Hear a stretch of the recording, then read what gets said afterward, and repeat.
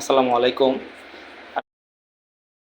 আমাদের বাংলাদেশে অনেক ছোট বড় খুদে খুদে এজেন্ট তৈরি হয়েছে যারা লিঙ্কডিন অ্যাকাউন্ট ভাড়া দিচ্ছে বিভিন্ন কোম্পানির কাছে। আসলে তারা রেটটা কেমন দেয়? আসলে এখানে গ্রাহকদের ঠকাচ্ছে না নিজে বেশি প্রফিট রাখতেছে? লো কোয়ালিটির একটা প্রাইস নিয়ে অ্যাকাউন্টগুলো দিচ্ছে।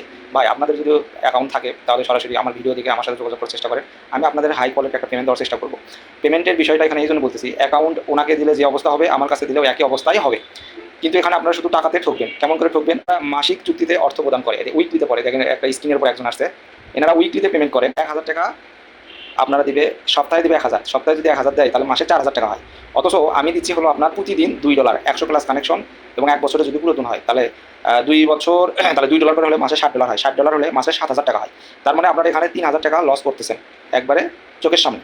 তো সেই জন্য বলতেছি, আপনাদের যাদের লিঙ্কিং অ্যাকাউন্ট আছে ভাড়া দিতে চান তাহলে আমার সাথে যোগাযোগ করে দিতে পারেন। আমি আপনার অ্যাকাউন্ট ভাড়া নেওয়ার আগে আপনার সাথে ডিটেলস আলোচনা করব। আপনার আপনার প্রোফাইল সুরক্ষিত রাখার জন্য যা যা করার দরকার আমি সম্পূর্ণ আপনাকে বলে দেবো।